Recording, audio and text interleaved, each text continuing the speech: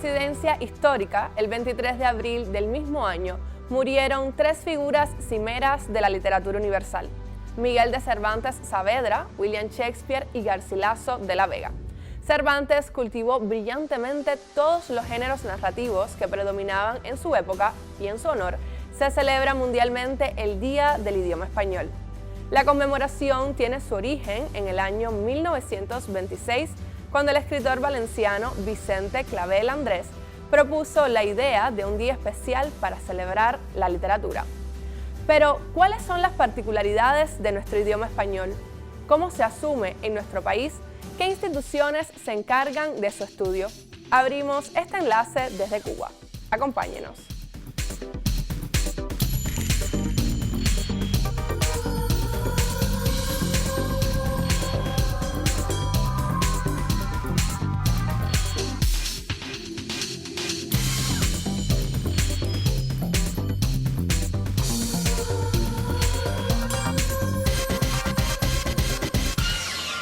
El español es uno de los 6 idiomas oficiales de Naciones Unidas y el de más de 20 países de América, Europa y África.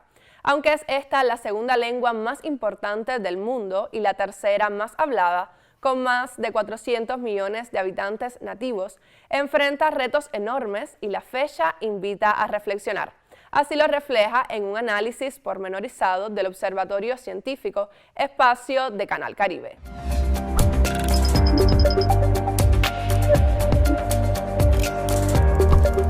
Durante siglos de historia de español hablado y escrito, los cubanos hemos recibido una valiosa herencia cultural.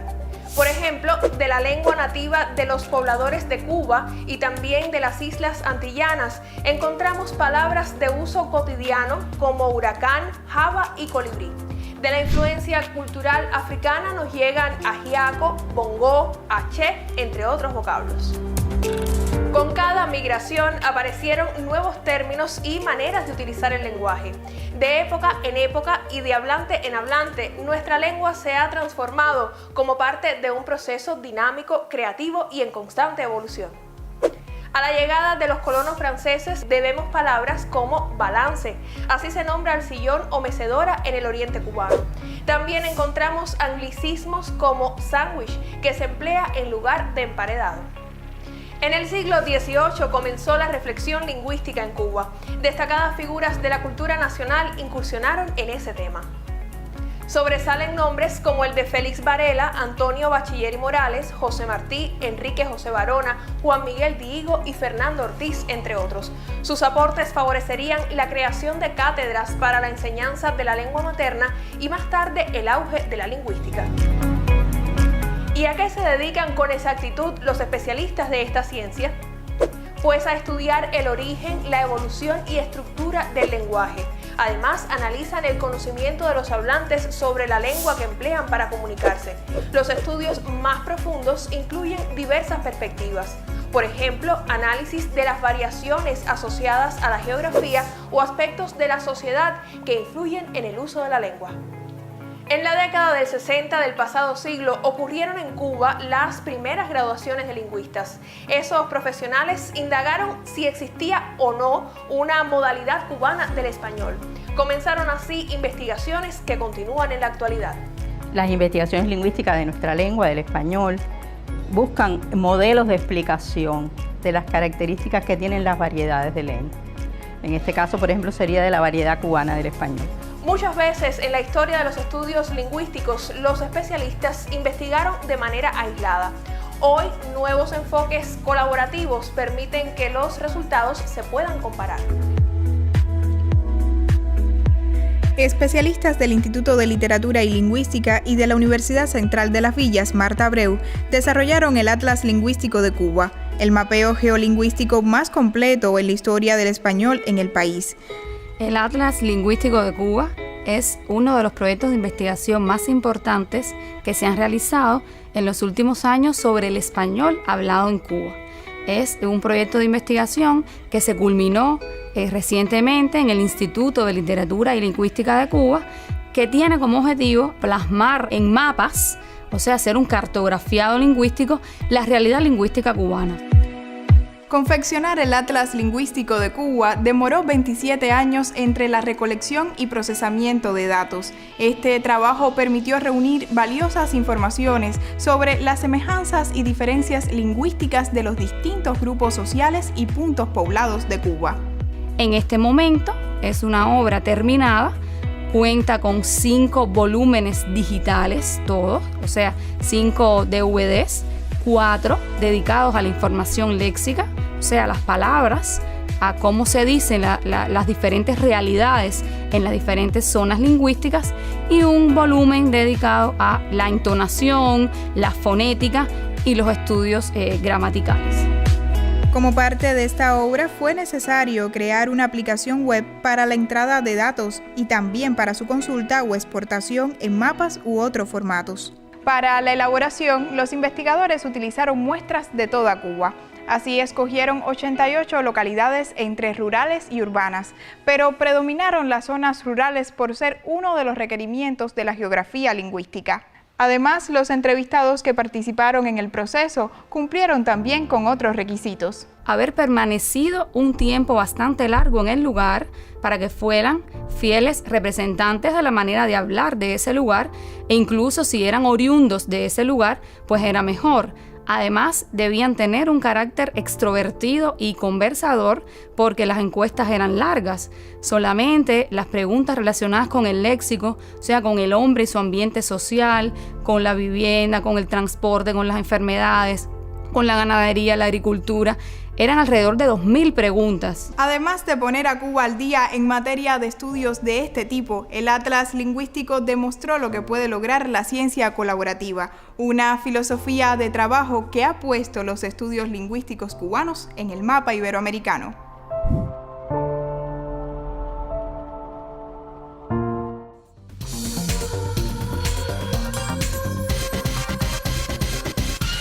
Avanzamos en nuestro recorrido a propósito del tema.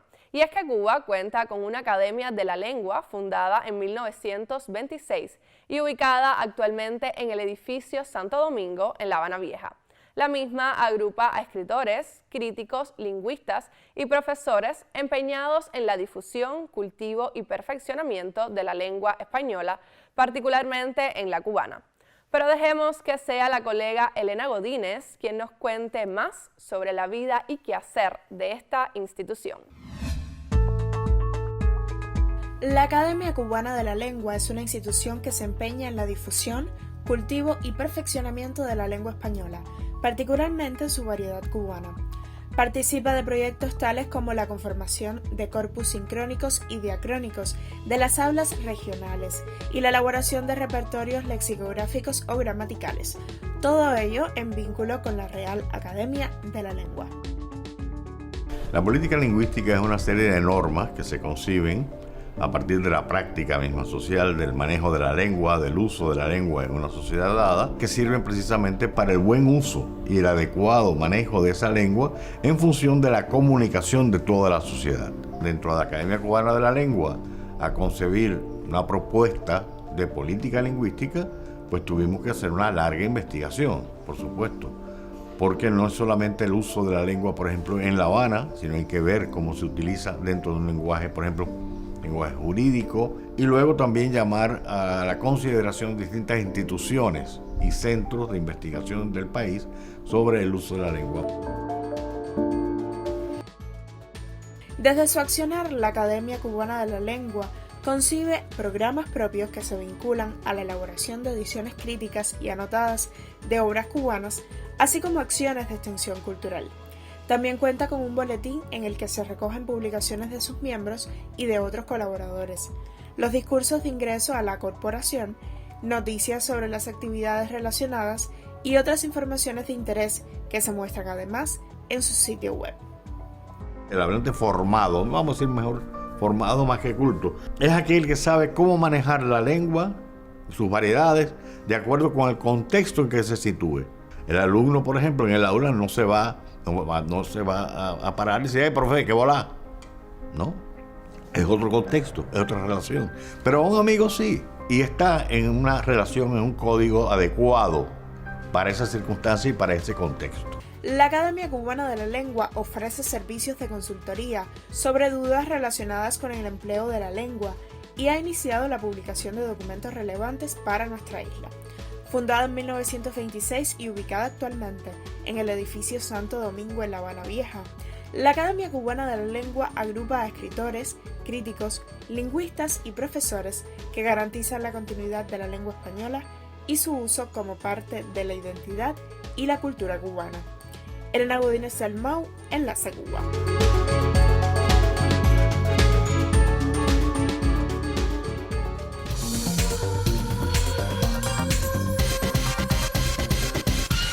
La Academia de la Lengua Española también cuenta con un boletín en el que se recogen publicaciones de sus miembros y de otros colaboradores, los discursos de ingreso a la corporación, noticias sobre las actividades realizadas y otras informaciones de interés. Ofrece servicios de consultoría sobre dudas relacionadas con el empleo de la lengua y ha iniciado la publicación de documentos relevantes de la cultura cubana. El Diccionario Histórico de la Lengua Española es una obra digital que tiene ya más de 6.000 artículos, pero esto es solo el comienzo. El objetivo es tratar de escribir una historia de las palabras del español a partir de fuentes documentales, es decir, de textos, a partir de fuentes lexicográficas, de los diccionarios, y decir cuándo han aparecido esas palabras, qué variantes gráficas han tenido, cómo se han producido los cambios de su significación, pero sobre todo en la relación de unas palabras con otras. El proyecto es un proyecto que tiene dimensión panhispánico por primera vez en la historia de esta obra. Siempre ha sido la Academia lo que ha guardado para sí y para colaboradores, profesores españoles. Ahora son todas las academias americanas que quieran participar. En realidad la colaboración de la Academia Cubana de la Lengua con el proyecto del Diccionario Histórico de la Real Academia y de la Asociación de Academias es anterior a la conformación de esa red de colaboradores.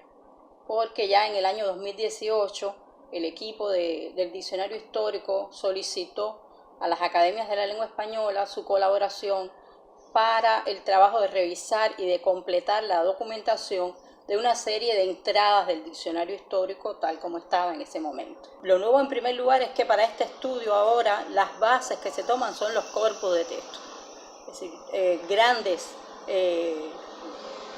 cantidades de textos de diferentes tipos que se recogen de diferentes épocas y que son procesados electrónicamente.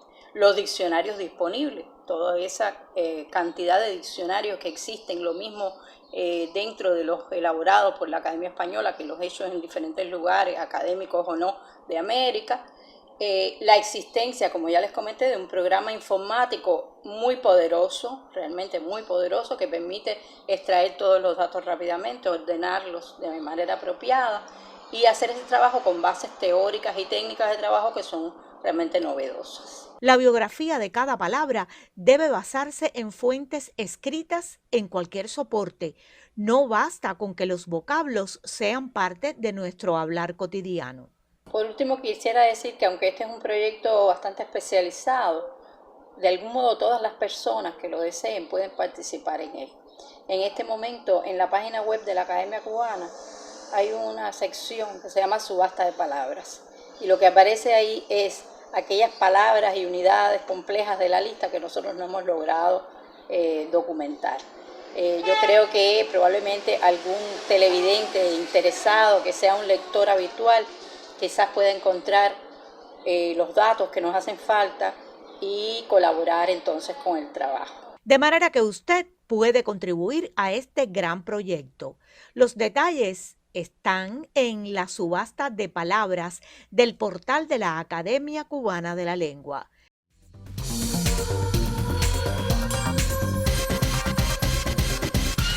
Y entre las notas destacadas sobre el tema en la red, también consta la visita de Santiago Muñoz Machado, director de la Real Academia Española y presidente de la Asociación de Academias de la Lengua Española, como parte de un periplo por naciones de Centroamérica y el Caribe. Les propongo retomar sus valoraciones sobre el quehacer de la nación antillana en esta institución. En la reunión de trabajo en la que participaron los 23 miembros de la Academia Cubana de la Lengua y becarios, el académico conoció sobre el trabajo de la institución cubana en la protección y defensa de un idioma que usan más de 500 millones de personas en el mundo. Pero acabo de recibir los informes del trabajo de la Academia Cubana y realmente la palabra que más me sale es admirable. Realmente tienen una dedicación ejemplar. A pesar de que los recursos siempre son escasos, hay que llamar la atención a los gobiernos siempre, que es mi función como presidente de la Asociación de Academias de la Lengua, de que doten bien a las academias, que las doten bien porque hay que mantener el valor cultural más importante que tienen nuestros países, que es una lengua que hablan además de nosotros 580 millones de personas en el mundo. Antes de finalizar el encuentro, Muñoz Machado recibió la condición de miembro correspondiente de la Academia Cubana de la Lengua.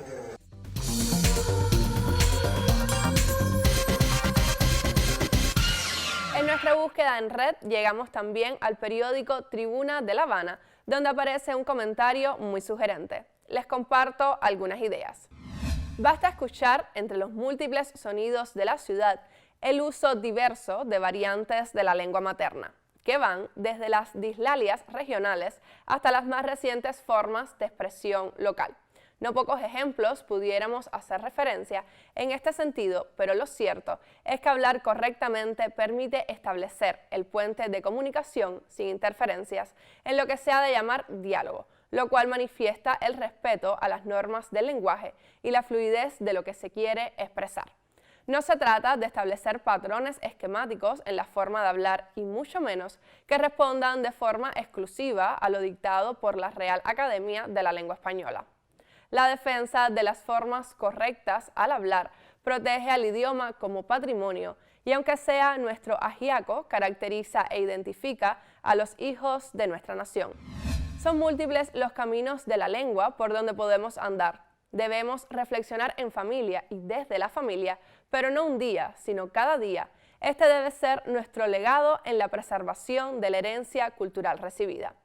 Pero, ¿cómo ven los cubanos este asunto? Veamos. Todos los países tienen su jerga popular y nosotros los cubanos no estamos exentos de eso. No obstante, considero que a nivel general nos expresamos bien, a pesar que cada vez crece la depauperación en ese sentido, mayormente influenciados por algunos géneros de la música urbana y la falta de lectura lo acrecienta. Hablar y escribir correctamente demuestra la cultura que poseemos, demuestra respeto hacia la persona a la cual nos dirigimos y respeto hacia nosotros mismos. Además, evita malas interpretaciones del mensaje que queremos transmitir. Hablar correctamente es un símbolo de respeto, de cultura y de educación. Los cubanos tenemos una distinción. Somos uno de los países con mayor alta alfabetización desde los años 60 del siglo pasado, por el cual el sistema educativo nos ha legado un sistema de enseñanza bastante exigente con respecto a hablar correctamente. En estos tiempos en los cuales la influencia de las nuevas tecnologías genera un poco de banalización del lenguaje y de superficialidad, y en el cual no se toman en cuenta los más elementales símbolos de puntuación o hay errores graves de comprensión o redacción. La preservación del idioma español está un poco deteriorada últimamente porque principalmente las cosas que nosotros escuchamos por la calle nos dan idea de que hay muchas personas que no hablan correctamente el idioma, la lengua materna que a nosotros nos legaron los españoles, y yo pienso que hay muchas cosas que hacer todavía para garantizar que se hable bien el idioma español en nuestro país. Por ejemplo, hay estratos en que el idioma español se ha vulgarizado a tal punto de que las palabras pierden el significado que tienen como tal. Hay que tener cuidado con estos anglicismos que se emplean principalmente de palabras inglesas, porque nosotros los tomamos, principalmente de Estados Unidos, tomamos muchas palabras, incluso en el lenguaje coloquial lo empleamos hace muchos años, shopping, short, esas cosas que son de otro idioma que no es el nuestro. Pienso que es un problema de globalización, que se han popularizado en el pueblo cubano y que sí están afectando el idioma, se están trayendo términos de otros países, cada día las personas conocen menos los términos que son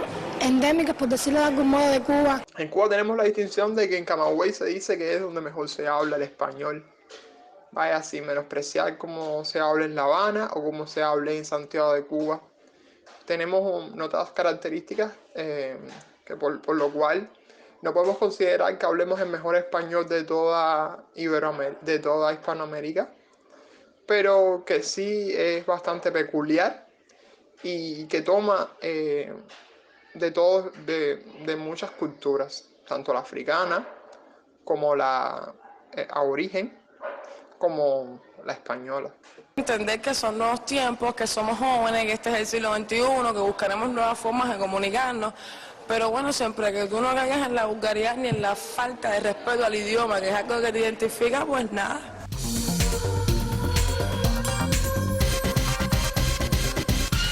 Y el tema no escapa de la agenda del presidente de la República de Cuba, Miguel Díaz-Canel Bermúdez, quien ha sostenido encuentros con profesores de la Universidad de Ciencias Pedagógicas Enrique José Varona de La Habana y con expertos de otros universos del saber, interesados en la enseñanza de la lengua española y la literatura. El presidente cubano apuntó en uno de estos encuentros que se han hecho enormes esfuerzos en el perfeccionamiento del dominio de la lengua, cuyos frutos impactan en el desarrollo de la sociedad. Subrayó, sin embargo, que todavía hay enormes insatisfacciones ante cómo se está empleando el español. En tal sentido, no vio realidades como las nuevas tecnologías de la informática y las comunicaciones, las cuales plantean otras maneras de usar el lenguaje. Señaló además la amenaza que los centros hegemónicos de poder, con su afán colonizador, representan para la identidad de los pueblos y resaltó la trascendencia de conformar un plan de acciones, una política lingüística que sea amplia y trabaje en todos los ámbitos para asumir con eficacia las complejidades de un tema como este. Les propongo escuchar las valoraciones de un reconocido experto en este campo. Frecuentemente surgidas en entornos angloparlantes, han llegado palabras como software, CPU, Big Data, streaming, YouTuber, TikToker, Cloud Computing, todos barbarismos, o sea, palabras procedentes de una lengua extranjera de uso cotidiano entre nativos e inmigrantes digitales que incorporamos como parte activa de sistemas conceptuales de soporte a la construcción del conocimiento. Es que a nuevas posibilidades se hace necesario concebir, asignar nuevos términos con lo que referirlas. Y entonces estamos aprendiendo a conducirnos en algo que podríamos llamar sociedad ubicua. Muchas de las acciones propias de la socialización ya no se realizan en espacios convencionales, tradicionales, físicamente localizados, sino que tienen como escenario a canales de comunicación y dispositivos personales, acuñándose el concepto de presencia virtual, entre otros como realidad aumentada o Internet de las cosas. Y entonces la práctica nos deja ante un dilema. Los eventos están sucediendo de forma frecuentemente inesperada y o usamos los términos de sus desarrolladores, barbarismos en nuestros oídos, o creamos a toda velocidad términos acordes a nuestra lengua. A esto último se le debe prestar especial atención. Es necesario mantener un proceso creativo que nos ofrezca términos con los que poder pensar en lo que estamos viviendo, cooperar con otros interesados en aprovechar las nuevas potencialidades.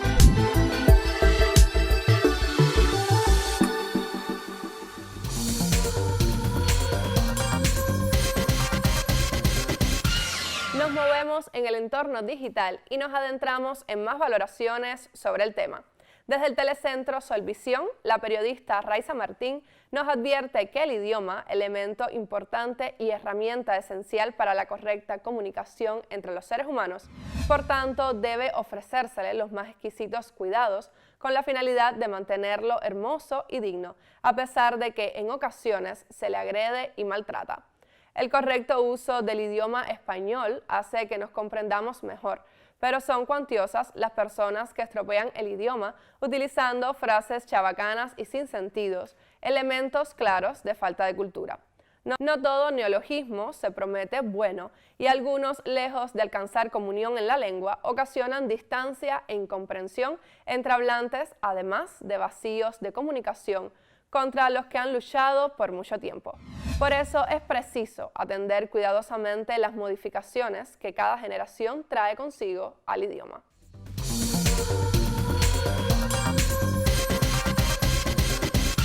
El 7.6% de la población mundial es hispanohablante.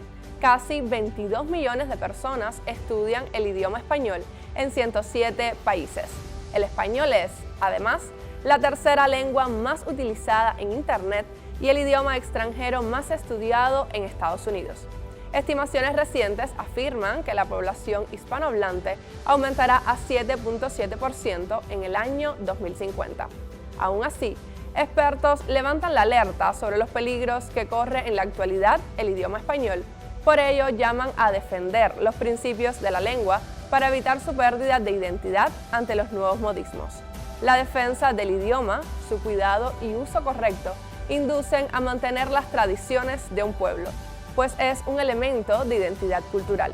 Lo advertía el Premio Nobel de Literatura Gabriel García Márquez: la lengua española tiene que prepararse, es un derecho histórico. Sirvan estos enlaces para llamar la atención desde Cuba en el buen uso de nuestra lengua española. Hasta nuestra próxima emisión, seguimos activos en redes sociales. Nos vemos.